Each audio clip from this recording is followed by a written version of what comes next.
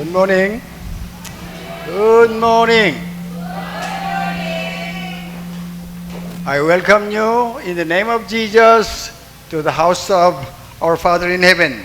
Magandang umaga po Amen. sa ating lahat. Last week was the 25th anniversary of our church. Nakaraang linggo po ay atin pong ika-25 taong anibersaryo. Do you still remember the title of Naalala- last week? Naalala po ba natin kung ano yung pamagat na pinag-aralan natin ng nakaraang linggo? Some remember, some still. I want to talk about the second of the joy of your salvation instead than joy of His salvation. At muli po natin, nais ko pong pag-usapan muli kung ano yung tungkol sa kagalakan ng ating kaligtasan imbes na ng kanyang kaligtasan. It might be so heavy for you this morning, Siguro po ay medyo mabigat para sa inyo ngayong umaga, but we need to face to our the truth message. ngunit kailangan po nating harapin yung 2 oras para po sa katotohanan na mensahe ng Diyos. Then I pray that God will open your eyes and your mind and your spirit even to know the deepest, the blessing of God for you. At pinananalangin ko po na mabuksan ang inyong mga mata, puso, isip, maging ang inyong kaluluwa upang maunawaan ninyo ang malalim na kahulugan ng salita ng Diyos. We are spending our lives for our target of our life. At atin nga pong iginugugol yung ating mga buhay para po sa target ng ating buhay.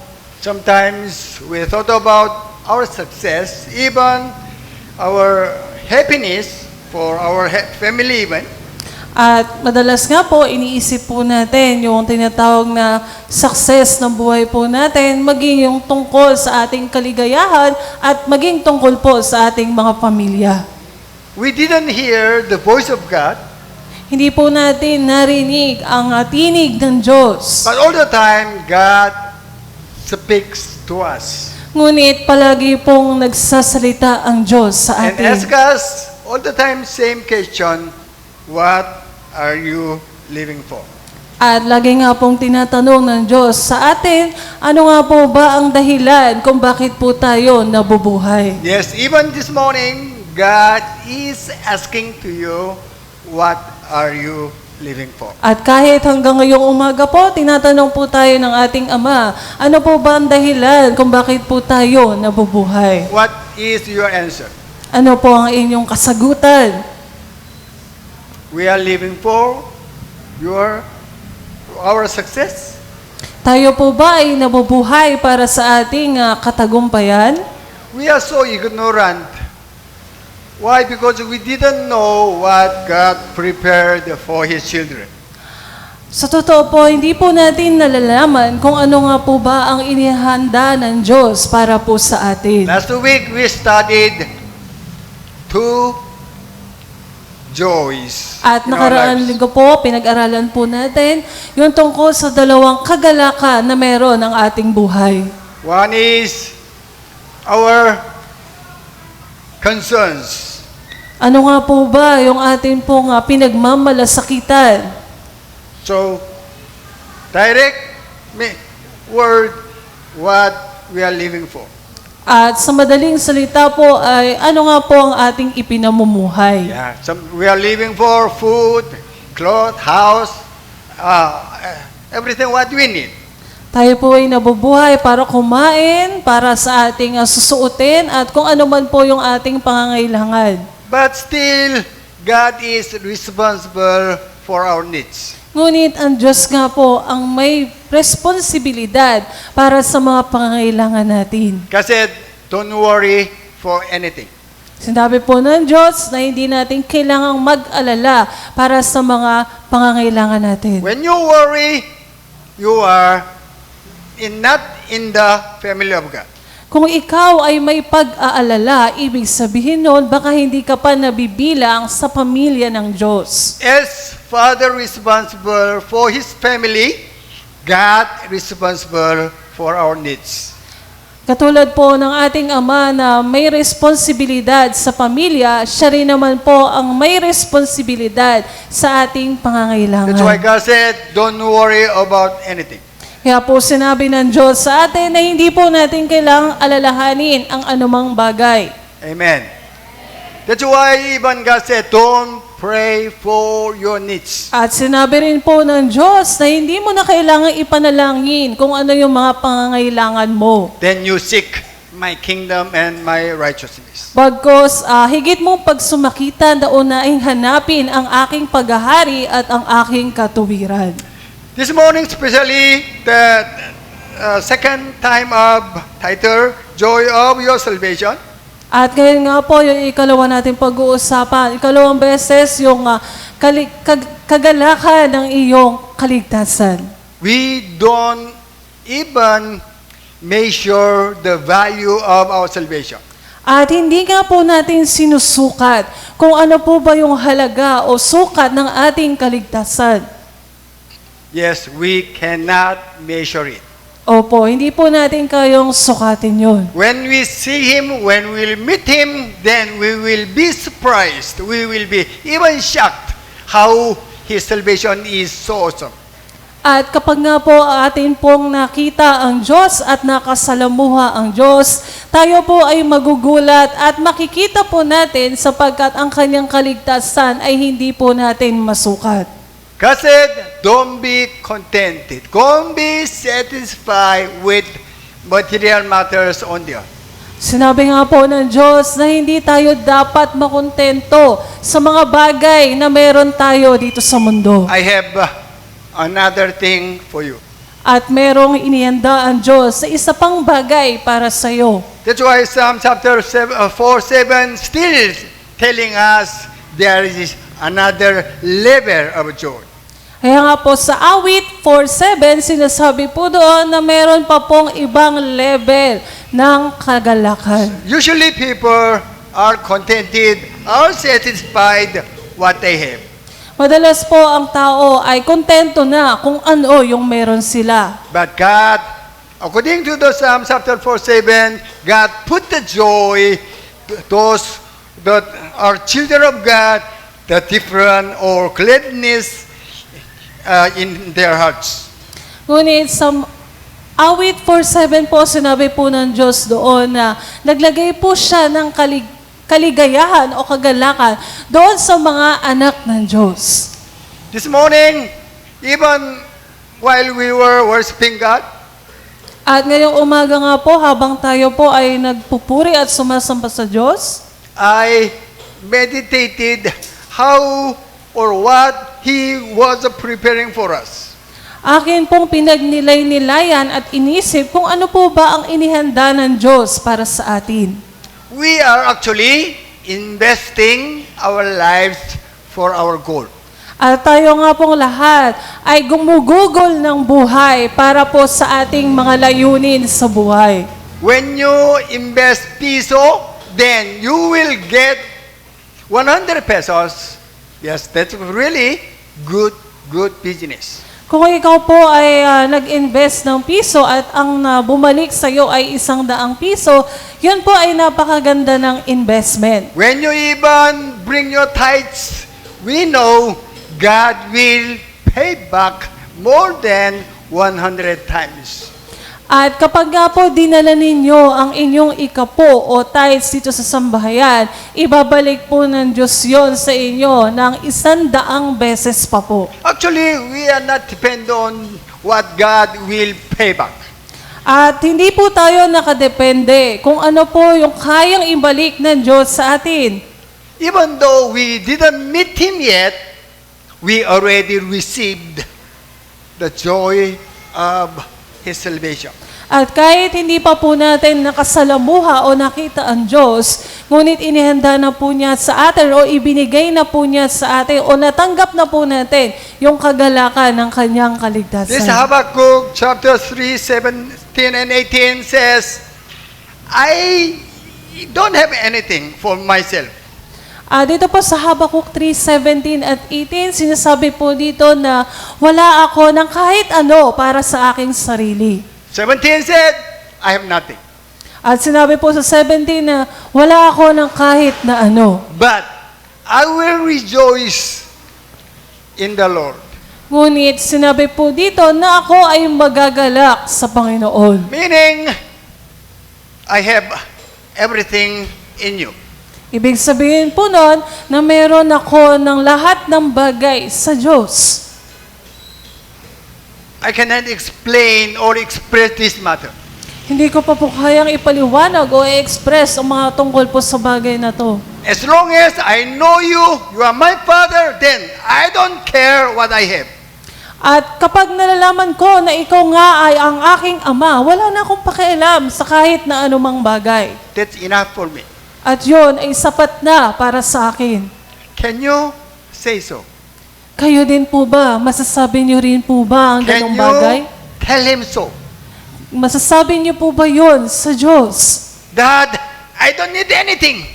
Only you. Na, Ama, Tatay, wala na akong kailangan na anumang bagay, kundi ikaw lamang yung aking kailangan. When I welcome you in the gate, I sing, He knows my name. At nung kayo nga po ay dumarating na dyan sa gate, ako po ay umaawit na alam niya yung aking pangalan. Even now, I have tears in my eyes. At kahit ngayon po, meron po kong luha sa aking mga mata. Yes, He knows me. Opo, kilala po ako ng Diyos. I am His. At ako ay sa Kanya. That's enough. Yun po ay sapat na. Even though I don't have it, anything, whatever, I have problems, whatever, that's enough. Kahit pa po wala ako ng anumang bagay o kahit na ano pa po yan, yun po ay sapat na para sa akin. When Siya you po have ay sapat na. problems, come to Him and said, Dad, I am here. At kung kayo nga po ay may problema, lumapit po kayo sa Diyos at sabihin niyo po sa Kanya na, Ama, nandito ako. Then everything will be solved. At lahat ng bagay po ay magiging maayos. There is comfort. There is love. There is everything. Meron pong pag-ibig, meron pong pagmamalasakit, at meron po ng lahat ng bagay sa Diyos. That's why we could be joyful every moment. Kaya naman tayo po ay magagalak sa lahat ng pagkakataon ng ating buhay. Do you believe He knows your name? Naniniwala po ba kayo na alam ng Diyos ang inyong pangalan? Are you sure you're a child of Almighty God? At sigurado ka ba na ikaw ay anak ng makapangyarihang Diyos? Then, what will you look for? What will you desire? Kaya naman, ano po ba ang inyong hinahanap? At ano rin ang inyong ninanais? We are His children. Tayo po ay mga anak ng Diyos. Amen. Amen. Amen. Amen. But still, we don't know the real value of your identity as child of God.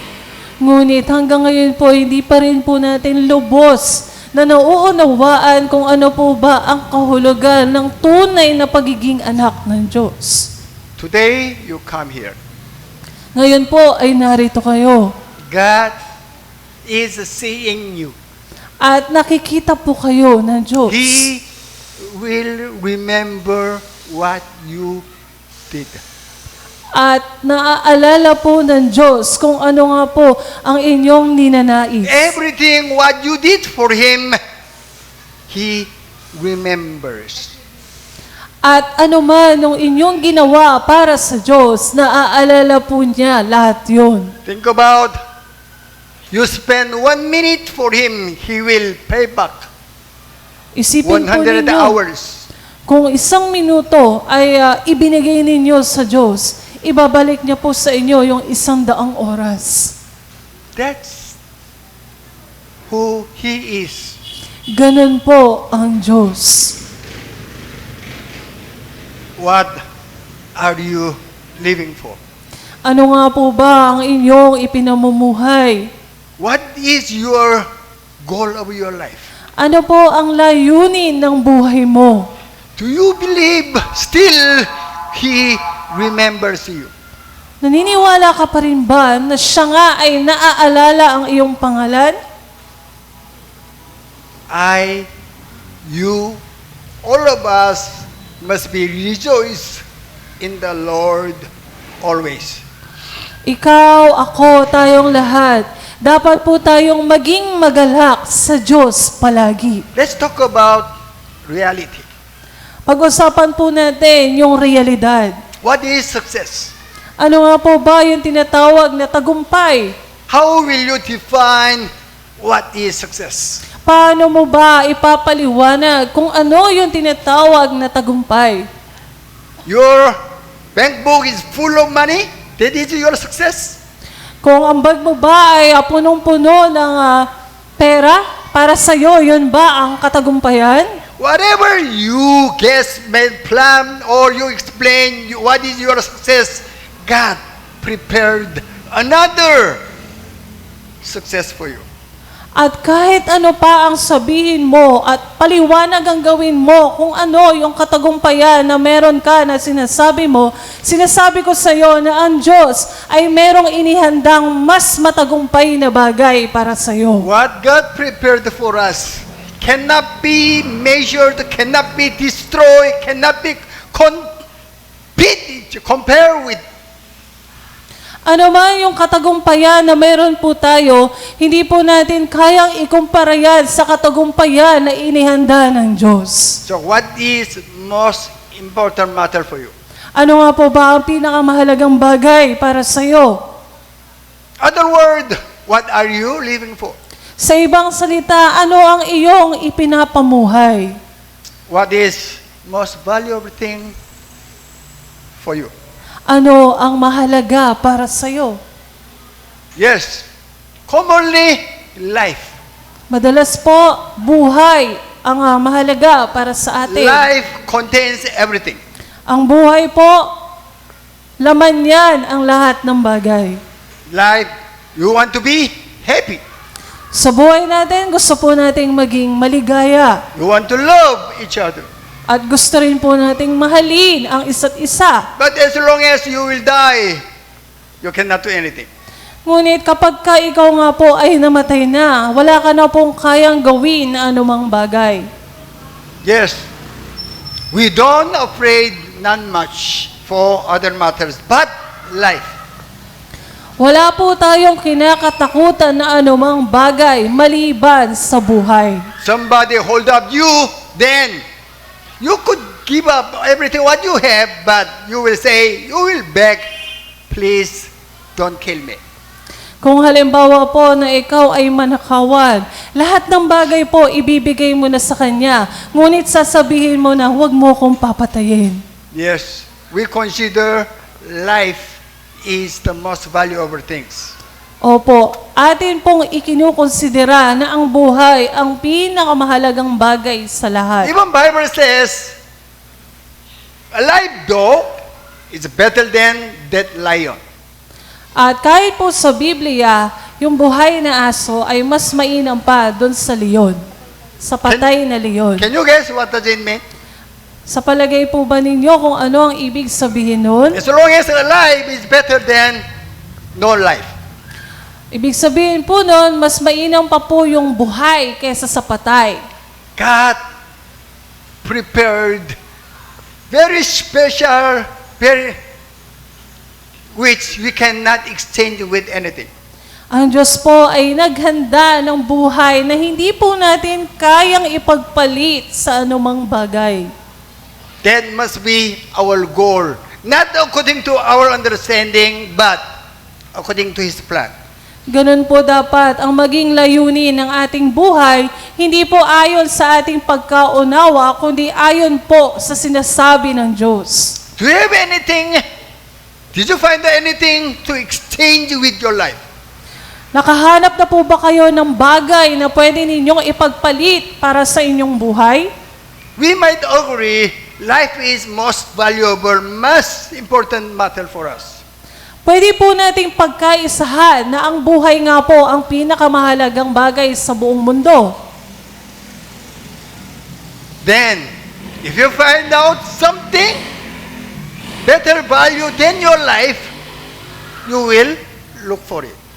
Ngunit kung matatagpuan mo yung pinakamahalagang bagay na masigit pa sa iyong buhay, yon ang iyong hahanapin. Actually, that's what God prepared.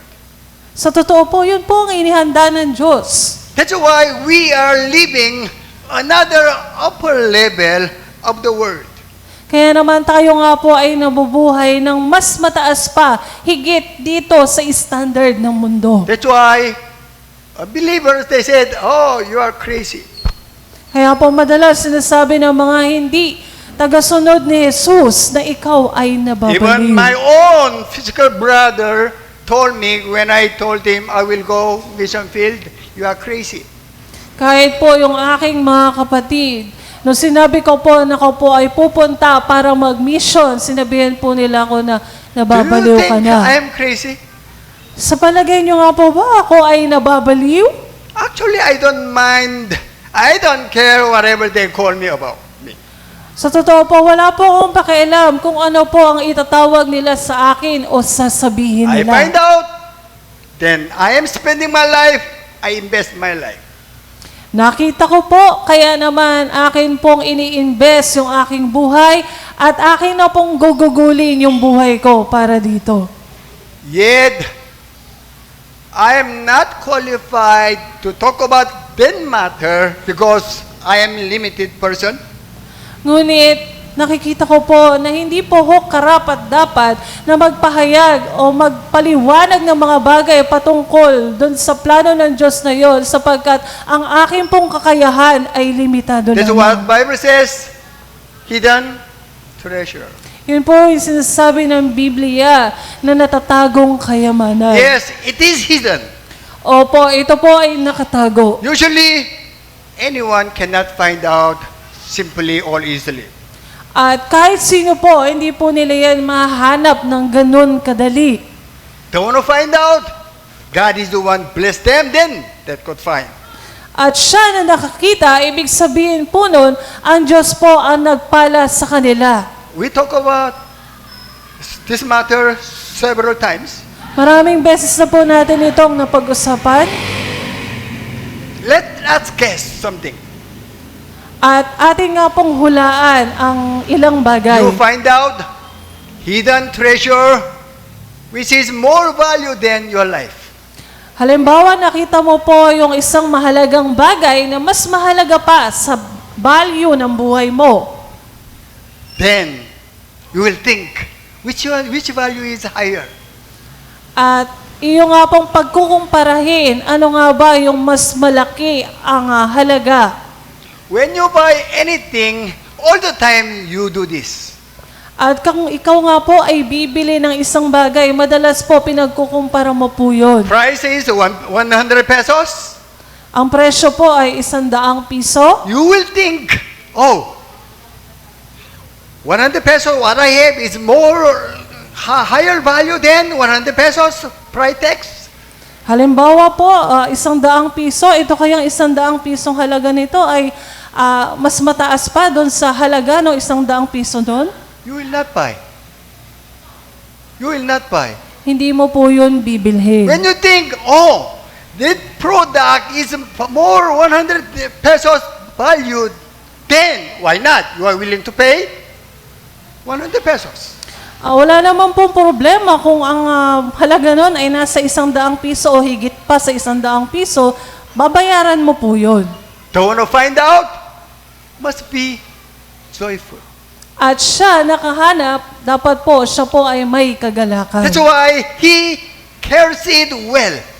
Kaya naman po, yun ay pinangalagaan niyang mabuti. If not, somebody pick it up and he might lose it. At kung hindi po, maaari pong ito po ay makuha ng iba at mawala sa kanya. That's why he hide it again. Kaya naman ito po ay kanyang tinago. Then, think about how he feels his heart. At isipin po natin, ano kaya ang nararamdaman ng kanyang puso? He went somewhere with joy. Siya po ay umalis, pumunta kung saan na may kagalakan. Because he thought he cannot buy it right now. Sapagkat iniisip nga po niya na hindi niya yon kayang bilhin ngayon. What he has is not enough to get the hidden treasure. Iniisip niya po na kung ano yung meron siya ay hindi sapat para makuha niya yung natatagong kayamanan na yon.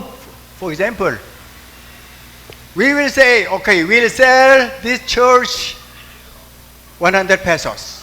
Halimbawa po, itong sambahayan natin, bebenta po natin ng 100 piso. Even, okay, make it 10,000. Okay, 10,000. Gawin na po natin 10,000 piso.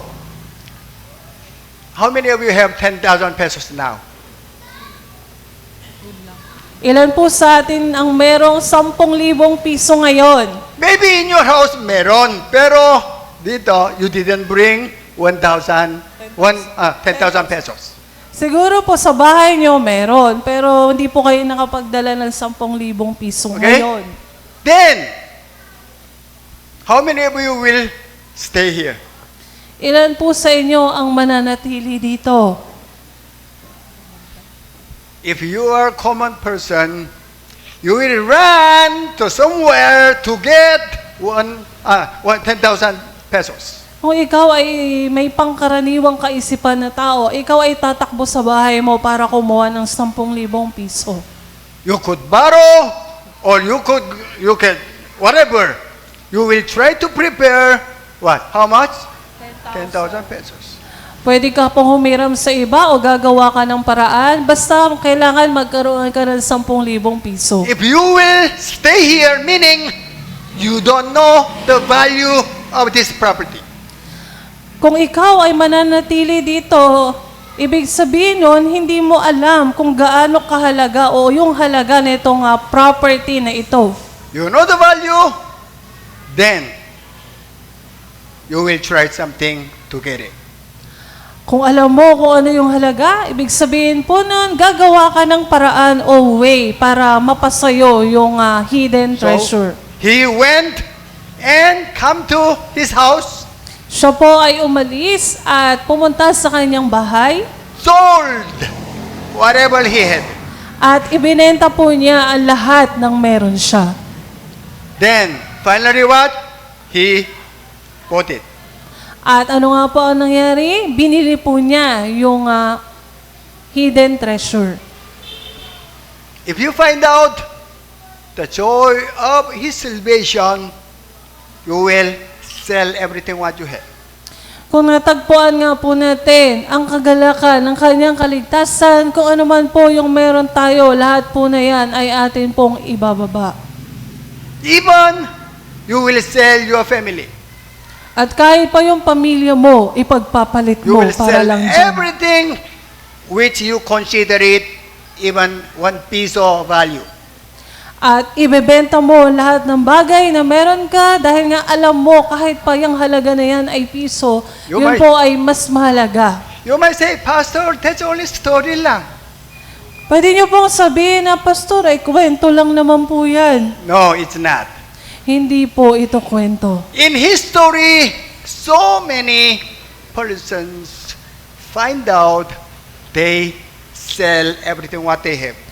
Doon po sa history, marami na po ang nakakita at iniwan po nila ang lahat ng meron po sila. As I told you, hidden treasure is the joy of his salvation. At katulad nga po ng sinabi ko, ang natatagong kayamanan ay ang kagalakan ng kanyang kaligtasan. Don't you find out in history, they give up everything what they have. At siya nga po na nakakita, ipinagpalit na po nila lahat ng meron sila para dun sa bagay na yun. End of this message, I will introduce 5 guys which they sold whatever they have. At sa katapusan po na itong mensahe, papakita ko po sa inyo, ipapakilala ko po yung 5 tao na yon na ipinagpalit ang kanilang buhay para dun sa treasure. Nobody knows what I have in my heart. Wala pong nakakaalam kung ano po ang tunay na nilalaman ng aking puso. You could guess. Oh, maybe. Pwede po ninyong hulaan, siguro ganito yon. But some of you already tasted the value of joy of His salvation. Ngunit ilan po sa inyo ang natikman na o naranasan na ang kagalakan ng kanyang kaligtasan? One of them is tears in your eyes when you praise Him, when you call upon His names. At isa po doong patunay ay yung may luha po kayo kapag kayo po ay nagpupuri o sumasamba sa Kanya. You are knowing more value than before. Ibig sabihin po nun, kayo po ay may mas nalalaman na halaga o higit na halaga kaysa noon. God want you to find out hidden treasure. Nais po ng Diyos na makita ninyo yung natatagong kayamanan. Do you want to find it out it? Nais po ba ninyong hanapin ito? Do you want to find it out? Nais po ba ninyong hanapin ito, yung natatagong kayamanan? Do you want to find out? Gusto po ba ninyong hanapin? If you are not willing, you are the most pitiful person in the world. Kung hindi ka willing o wala kang pagnanais, ibig sabihin nun, ikaw na yung pinakakawawang tao sa buong mundo. That's why God gave us the order, rejoice all the time. Kaya po binigay ng Diyos sa atin ng utos na magalak kang lagi. It seems it's not right, His order. Parang mo, hindi po tama ang utos ng Diyos. How we could be rejoice all the time? Paano nga po tayo magiging magalak palagi? But His word is true. Ngunit ang kanyang mga salita po ay tunay. Because the problems, hardships, persecutions cannot overcome the joy of His salvation. Kaya yung mga problema po, yung kahirapan, maging yung mga pag-uusig, hindi po niyan kayang lukuban o i-overcome yung kanyang kagalakan. When you lose 1 million from your real pocket, Halimbawa, nawalan ka po ng 1,000,000 mula sa iyong bulsa. you are so sad, At ikaw nga po ay sobrang nalungkot. then you will call upon Him and you will come to Him. Ikaw po ay tatawag sa Diyos at ikaw po ay lalapit sa Kanya. Dad, I lost 1 million. Sabihin mo na, Ama, nawalan ako ng 1,000,000. He will say, Anak, don't worry. At sasabihin niya sa iyo, anak, ayos I lang iyo, huwag kang Give you mag-alala. 100 million. Dahil binigyan kita ng 100,000,000. So, you will think about 1 million? Iisipin mo pa ba yung 1,000,000 na nawala? You will say, sayang lang. Iisipin mo na sayang. Di ba? Then, Daddy, thank you. At sasabihin mo sa iyong ama na, Ama, salamat. That's what the one who find out the joy of his salvation will do in his life everything. At siya na nakakita nung tinatawag na natatagong kayamanan, siya yung, And pray continually. siya po yung mananalangin ng patuloy. We know already prayer is not asking for our needs. Alam na po natin na ang panalangin ay hindi paghingi kung ano ang ating pangangailangan. Prayer is asking the source of life of everyone. Ang pananalangin po ay ang paghingi ng pinagkukunan ng ating buhay. That without you, I'm dead already. Sabihin po natin na, Ama, kung wala ka, siguro patay na ako. You will realize He is source of your life. At inyo nga pong maiisip na ang tunay na pinagkukunan o source ng ating buhay ay ang Diyos. That's what we call prayer. Yun po ang panalangin. That's why all the time check the relationship with God connected with the lifeline. Kaya po lagi po nating suriin yung ating pong relasyon sa Diyos, kalakip yung tinatawag na guhit ng buhay. Then, what Bible says? Give thanks even though in so many problems, persecutions, whatever. At sinabi nga po dito na kailangan po nating magpasalamat sa anumang sitwasyon ng ating buhay. Don't want to find out the joy of His salvation? We'll do this matter. At siya nakahanap ng kagalakan ng Diyos o ng kanyang kaligtasan ay gagawin niya o i-apply niya palagi itong mga bagay na ito. They are living on this just like you and I. Tayo po ay namumuhay parehas dito sa mundong ibabaw. It seems we are saved, Akala po ninyo na pare-parehas po tayo. but they are different. Ngunit sila po ay iba. Because they already find out the hidden treasure, which is the joy of His salvation. Sapagkat nakita na po nila, nahanap na po nila yung tinatawag na hidden treasure, yung kagalakan ng Diyos, It ng is kanyang so kaligtasan. easy to hear, I have, or you could have the joy of His salvation. Madali po nga pakinggan na or sabihin na mayroon na po tayong kagalakan ng kanyang kaligtasan. But it's not easy to find out. Ngunit hindi po ito ganun kadaling mahanap. But God wants you to find out it. Ngunit nais po ng Diyos na inyo pong hanapin o makita. God hide it, then teaching you. No. God is willing, let you find out it.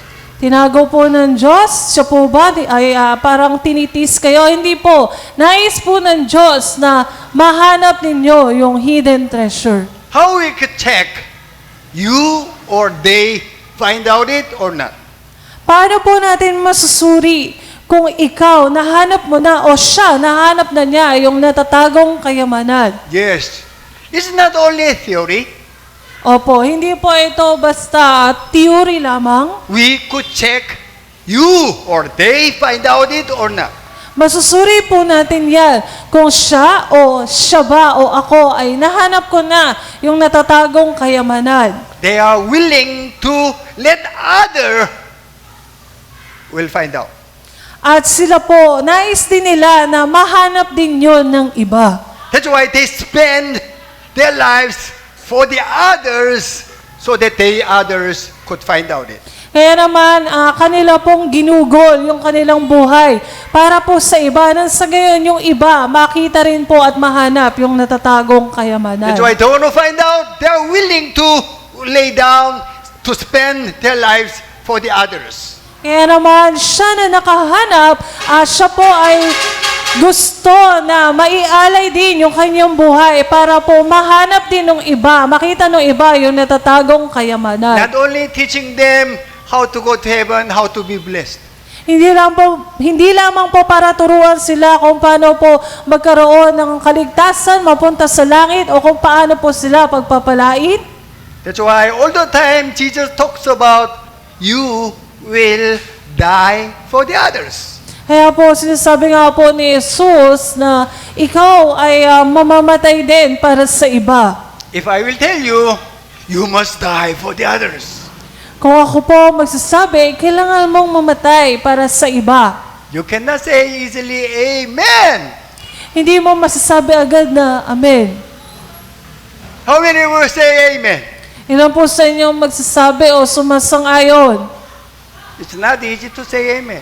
Hindi po ganun kadali na sumang-ayon. But when you find out the real joy of His salvation, you cannot keep quiet.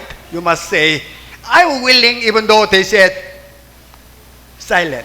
Kaya naman, kapag nahanap mo na nga yung natatagong kayamanan ng Diyos, yung kagalakan ng kanyang kaligtasan, hindi ka mananahimik, bagko sasabihin mo na ako po, willing po ako na ialay yung aking buhay. This, John chapter 12, 24 and baba, is a paradox. You cannot understand easily. Ito po nga, John 12:24 hanggang dun sa baba po, ay parang paradox po ito. Hindi po ito ganun kadali na maunawaan. Especially 25. Lalo na po yung verse 25. Let you read. Kasi go 25. Anyone Anyone who loves their life will lose lost it, while anyone who hates their life in this world will keep it for eternal life. Let us understand it. Atin pong unawain ito. Okay? The one with seed will die, produce many. Yung isa pong buto ng wheat, kapag ito po ay namatay, ito po ay magpuproduce ng marami. Then, loves their lives, hate their lives. At yun nga pong nagmamahal sa kanilang buhay at yun namang umaayaw o ayaw sa kanilang Hate buhay. their lives will have life. Siya na tumalikod sa kanyang sariling buhay ay magkakaroon ng buhay. Even Jesus said, I come to on the earth to be served, not but to serve, give His life for many. Sinabi nga po ni Jesus na ako ay naparito, hindi upang paglingkuran, kundi maglingkod. Naparito ako para magbigay ng buhay. To serve, meaning to give His life for us. Ang ibig sabihin po ng to serve o maglingkod, ibig sabihin po na ay ibigay yung kanyang buhay para sa iba. That's why He died on the cross for you and I. Kaya nga po, siya ay namatay sa krus para sa iyo at para sa akin. Amen. Amen. He is perfect example for all believers. Siya po yung perpektong halimbawa para sa lahat ng sumasampalataya. All the time He said, I did it, you must do it. Okay. At sinasabi nga po ni Jesus na ginawa ko yun, kailangan mo ding gawin. There are two colors. Meron pong dalawang kulay. It's connected together, same color with same color. At yung parehas na kulay po ay konektado sa isa't isa. One grain of the wheat falls to the ground and die, meaning what? Falls into other word, the one who will not lay down their lives. Siya po, yung po nga na wheat na nalaglag at namatay, ano po ibig sabihin nun? Ibig sabihin po, siya na tumalikod sa kanyang buhay. They are the one love their lives. Siya po na, sila po yung hindi nagmamahal sa kanilang buhay. They want to hate their lives, meaning they lay down their lives for the others. At sila nga po na tumalikod sa kanilang buhay, sila po yung nagbaba ng kanilang buhay para sa iba. I told you, this is a paradox. Tulad po na sinabi ko, ito po ay paradox. Then, give His life and this one all together. At nagbigay nga po ng buhay, ayun po, nagkaroon na po na, sinama-sama na po siya. All Christians could be divided by this. At lahat po ng mga sumasampalataya ay maaaring mahati po dito sa dalawa. The one who die for the others, the one who will not die for the others. Siya na namatay para sa iba at siya na hindi magbibigay ng buhay para sa iba. The one who find out the joy of his salvation or not. Siya na nakahanap ng kagalakan ng kanyang kaligtasan o hindi nakahanap ng kagalakan ng kanyang The one who kaligtasan. didn't find out the joy of his salvation cannot lay down their lives. Siya na hindi nakahanap ng kagalakan ng kaligtasan ng Diyos, hindi po niya kayang ibigay yung buhay niya para sa iba. Why? Bakit po? They consider their lives is most valuable. Sapagkat kinukonsidera nila na mas mahalaga ang kanilang buhay. The one who find out the joy of his salvation, then why not? He will lay down his life therefore let others have same joy of his salvation. At siya na nakahanap ng kagalakan ng kaligtasan ng Diyos, ibibigay niya yung kanyang buhay para sa iba. At sa gayon, yung iba na yon ay makaranas din ng kagalakan ng kaligtasan ng Diyos. What God prepared salvation is so different what we are thinking about. At kung ano po yung inihandang kaligtasan ng Diyos, yung kagalakan ng kanyang kaligtasan, ay ibang-iba po sa ating kung ano yung ating nauunawaan. Jesus said, what? We'll read it? Are you ready? Basahin po Are you natin. ready? Okay, Gazette, go! Come to me, all you who are weary and burdened, and I will give you rest.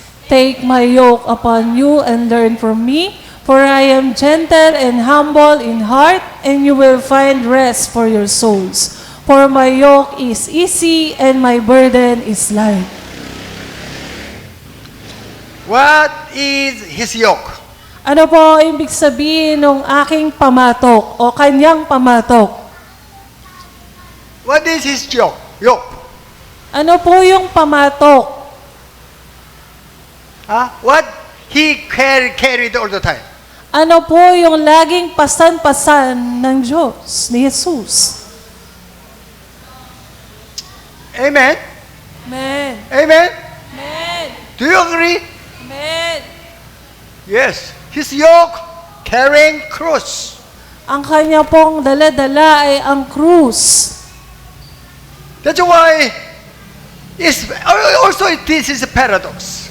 At ito rin po, halos kaparehas po na parang paradox din po ito. How crucifixion on the cross is so easy. Paano po naging madali ang pagpapako sa krus? God said, even Jesus said, yes, later on we'll find out, you have to be crucified. At kahit po si Jesus, hindi po yun ganun kadali. Pero sabi nga po niya, kailangan mo rin naman na maipako. Is it easy really? Ito nga po ba ay ganun kadali? If not easy, Bible is wrong. Kung hindi po ito madali, ibig sabihin po, ang sinasabi ng Biblia ay mali. But we agree, Bible is not wrong. Ngunit atin pong napagkasundoan, napagkaisaan na ang Biblia po ay hindi mali, kundi tama. Usually for us, it's so hard. Sa atin po, para sa atin, ito po ay napakahirap. But the one who find out joy of his salvation, so easy, not only easy, but willing. At siya nga po na nakakita ng kagalakan ng kanyang kaligtasan, ito po ay naging madali. Hindi lang po basta madali, kundi siya po ay willing na ibigay. Okay? Usually I told you this example. At madalas po, ito po yung sinasabi kong halimbawa. You have big family. Ikaw po ay may malaking There pamilya, are so many children, maraming anak, but nothing to eat. ngunit wala kayong makain. Okay? Then you are invited Malacanang party with the president. Ngunit ikaw ay naimbitahan na pumunta sa piging ng Malacanang. Your whole family is suffering with no food. At ang buo mong pamilya ay nakakaranas ng walang pagkain. Okay? Then, you saw so many delicious food around you. At nakita mo yung napakaraming pagkain na napakasasarap. Will you swallow the food or not? Kakainin mo ba yung pagkain o hindi? I don't mind my family, even though they have no food. I'm the one have to fill my stomach full. Wala akong pakialam doon sa pamilya ko kung wala silang makain. Ako nandito ako. Ako na lang yung pupuniin ko na lang yung aking tiyan. Who will do that? Sino po ang gagawa nun? Maybe. But what you will think? Oh, my whole family must be here. At iisipin mo ka po siguro na dapat yung buo kong pamilya ay nandito. The one who find out joy of his salvation, all time concerns others, let them have it. At siya na nakahanap ng kagalakan ng kanyang kaligtasan, siya po ay nagnanais na yung kanyang buong pamilya ay magkaroon din po nun. If you Hindi have lang pamilya, kundi yung iba. If you don't know the value of His joy, of salvation, then you said, oh, I'm okay. And then everything, others also okay. At kung hindi mo pa nga po nahanap yung kagalakan ng kanyang kaligtasan, sasabihin mo po na, ayos na ako, ayos lang din sila. That's not healthy, that's not common. Yun po ay hindi malusog, yun din po ay hindi pangkaraniwan.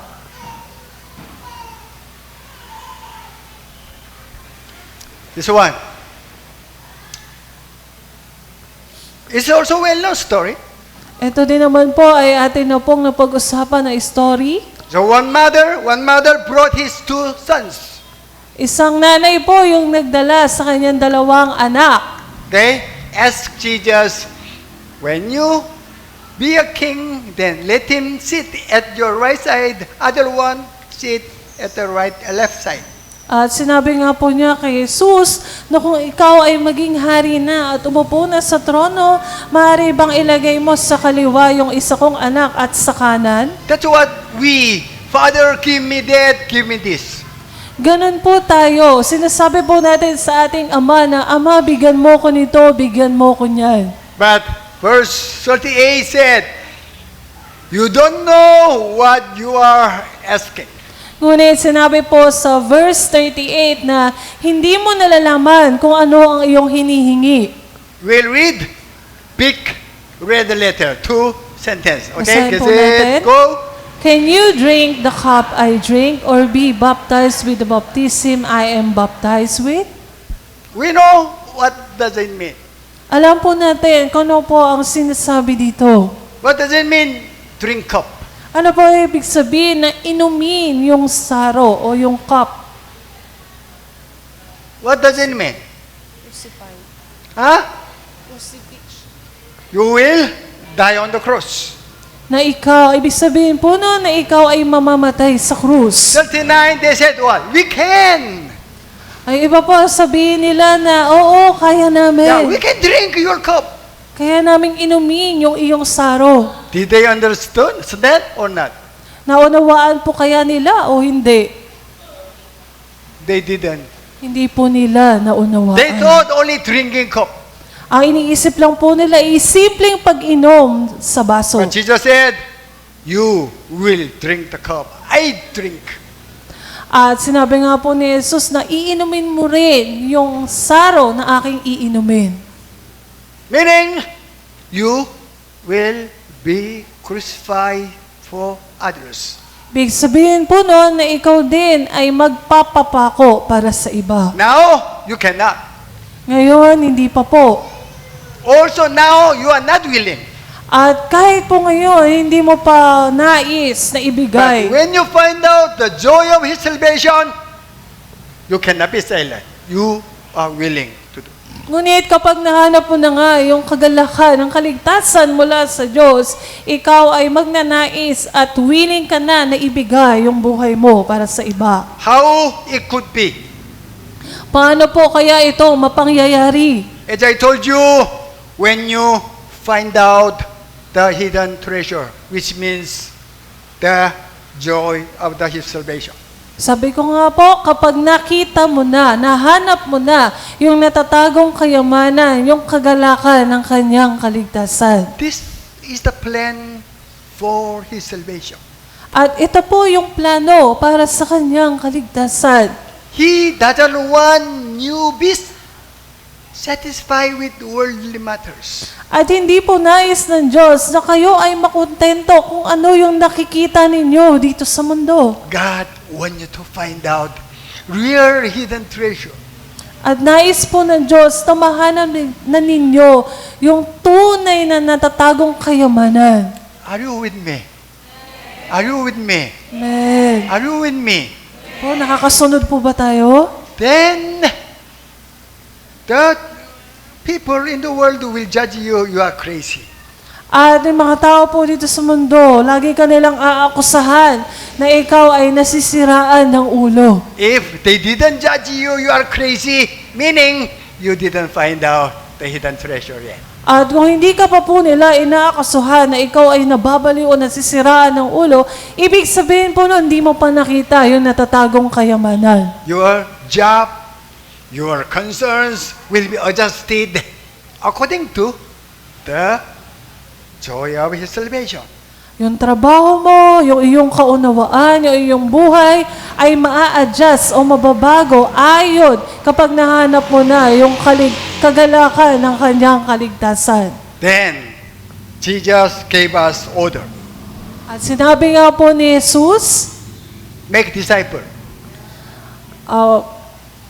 Make Ma- disciple. magdisipulo ka. That's what we emphasize this church. At ito po yung atin pong laging binibigyang diin dito po sa ating sambahayan. We misunderstood make disciple is teaching them, then they will be good, better person. It is not. Siguro po iniisip natin na ang pagdidisipulo po ay pagtuturo at gawin silang mabuting tao o mabuting anak ng Diyos. Hindi po ganun. Until the one who make disciple is the one has responsibility, the disciples or follower of the leader will find out the joy of his salvation. Hanggang sa yung nagtuturo nga po o nagdidisipulo ay makita nung kanyang dinidisipulo na o tinuturuan yung tinatawag na kagalakan ng kanyang Give me 5 kaligtasan. minutes more. Bigyan niyo pa po ako ng 5 minuto. Then, willing to share what they have. At sila nga po ay nais na ibahagi kung ano man po yung meron sila.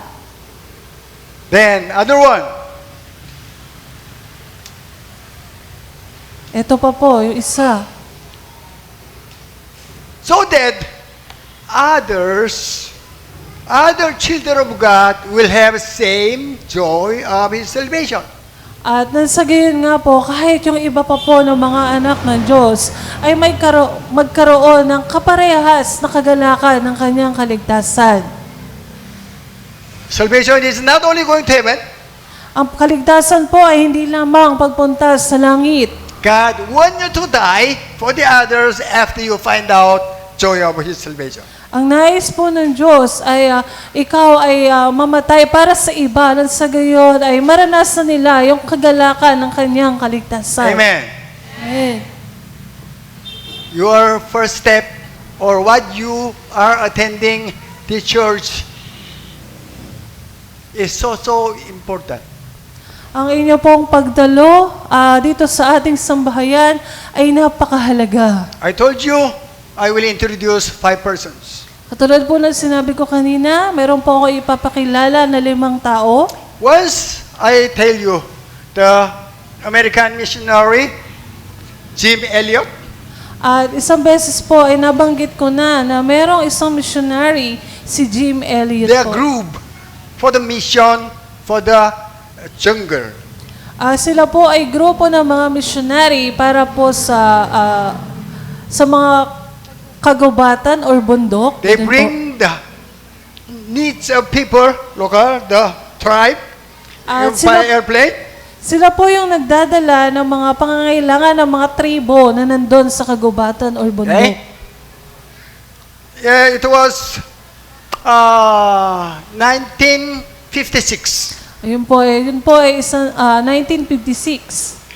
They landed in the area of tribe. At sila nga po ay nakaland doon sa isang tribo. They were killed. At sila pong lahat ay namatay doon. Actually, they carried firearms. Sa totoo po, may mga dala din naman po silang mga baril or But pangdepensa. they didn't use it.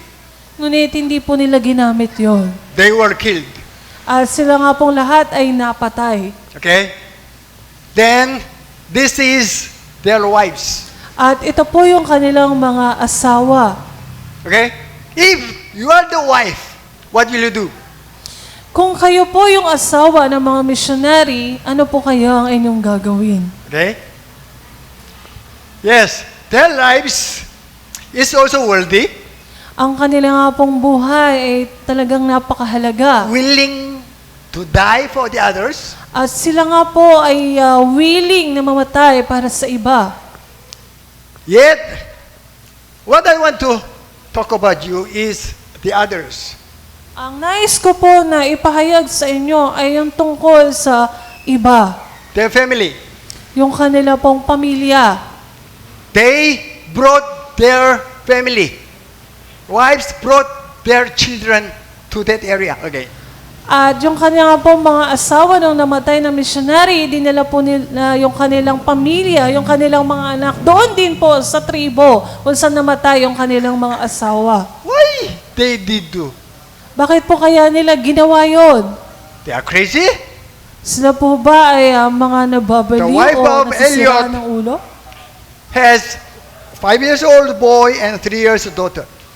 At yung asawa po ni Jim Elliot ay meron pong anak na 3 years old at 5 years old. They went there. At sila nga po ay nagpunta doon. Not visit, but they live there. Hindi po sila doon bumisita, bagkus sila po ay namuhay kasama ng tribo. They minister them. At sila nga po ay nagturo sa kanila. They share the word of God. Binahagi po nila ang salita ng Diyos. They taught them the salvation. Tinuro po nila ang tungkol sa kaligtasan. Then, this one, the native is the one become leader of that tribe. Ito pong native na to, siya po yung naging leader ng kanilang tribo. White man, he is the son of Jim Elliot. At yung Amerika na nakikita niyo po doon, siya po yung anak ni Jim Elliot. There are so many crazy. Marami po yung merong wala sa tamang pag-iisip. I want to be one of them. At nais ko po maging isa sa kanila. But all the time, I cannot compete with them.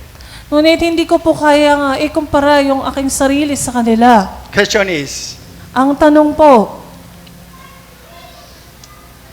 you must answer it. kayo na po ang sumagot. What God wants you to have. No or no. Ano po ang nais ng Diyos na magkaroon ka o malaman mo? Then, what did they find out? At kung ano ang kanilang nahanap o natagpuan. Why young guy, 29 years old, Jim Elliot, Bakit po kaya yung 5 na yon? Si Jim na 29 years old. then they were killed. Sila po ay napatay. Then even their lives, the wives brought their children. At kahit yung kanilang mga asawa, dinala nila yung kanilang mga anak doon sa What tribo. they have. Ano po yung meron sila? We could guess what they have. Maaari po nating hulaan kung ano yung meron Okay? sila. Then, another question is, do you have what they have? Isa pa pong tanong, meron ka ba kung ano yung meron sila? It's not matter of asking or prayer what we need. Hindi po ito patungkol sa paghingi o sa pananalangin.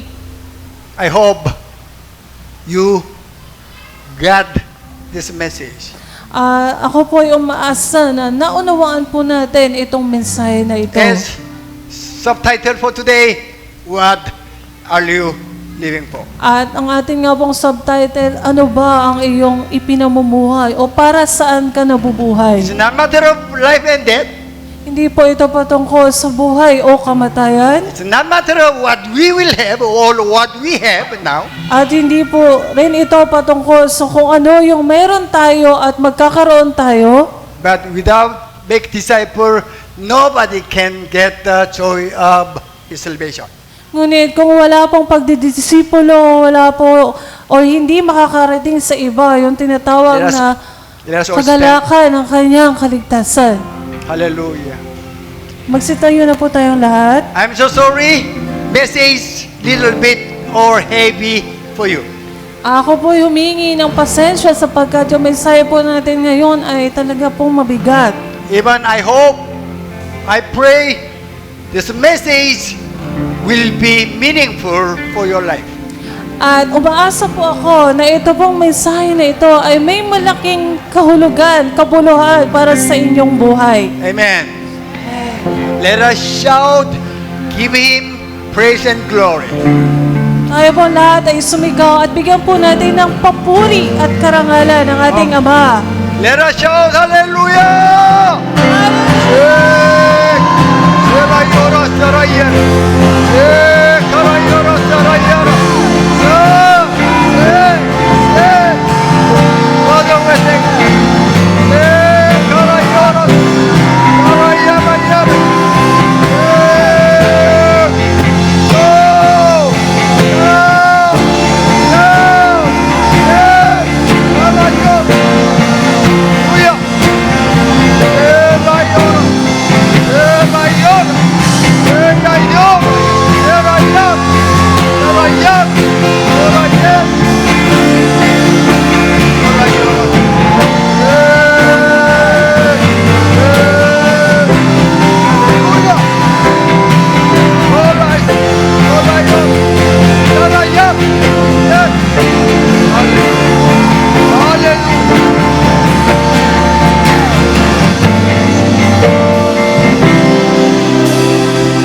Oh Father, we thank you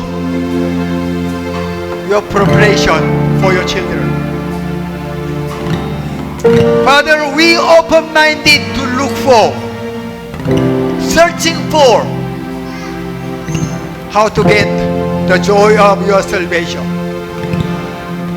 Father, your will be done through your children. Hallelujah. Let the others find out the joy of your salvation. Hallelujah. Father, we glorify you. Father, we love you. Hallelujah. Hallelujah. May the grace of Jesus Christ, our Lord, Savior, Redeemer, Healer, the one who laid down His life for the future children of God. And He said, even you must drink my cup, you must be baptized, which I baptized. The love of Father, still you love us. Nobody can separate us from your love. The fellowship of Holy Spirit, the one who will help us to remember. We must find out the joy of His salvation. Be with you from now on ever to ever. That's why all children of God will agree and say, Amen and Amen and Amen. Hallelujah. Hallelujah. Hallelujah. Sorry, I took 12 minutes more.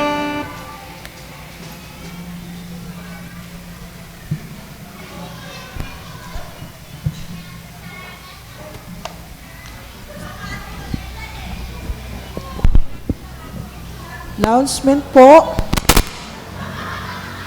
So, patuloy po tayong salamat sa Diyos. So, patuloy po na pinaalalahan, pin-encourage po namin kayo. Yung ating Lord's Day service po ay nagsisimula po ng alas 8, kada linggo po yan. At ay nga po, ini-encourage po namin kayo. Katulad po ng sinabi kanina ni Pastor, sama po natin yung ating mga mahal sa buhay. Hindi lang yung joy of our salvation, nung gabi nga, mararanasan po natin. Kasama po lahat ng ating kapamilya. So, dalhin po natin sila dito, invite po natin sila dito. So, patuloy po yung ating mga gawain. Susunod po nito ay yung ating mga kabataan, mga LK po natin. Meron po silang gawain mamaya alas 10:30 po. So, yung ating mga apo, anak na maliliit, dalhin po natin sila dito. Ako po naniniwala po ako na maaga po silang makakilala sa Diyos, yung mga bata pa. Ay ko nga po, paglaki po nila, wala na po tayong magiging problema. Mababait po sila lahat. So, ganun din naman po, meron po tayong gawain na pang umaga. Meron po tayong pananalangin po dito. 6:30 po yan, mula Lunes hanggang Biyernes. So, inanyayahan ko po kayo na dumalo po dito. At mananalangin po tayo. Hindi lang po para sa mga mahal natin sa buhay, kundi lahat po ng ating member. So, at ganun din naman po, meron po tayong gawain every Wednesday. Kada Miyerkules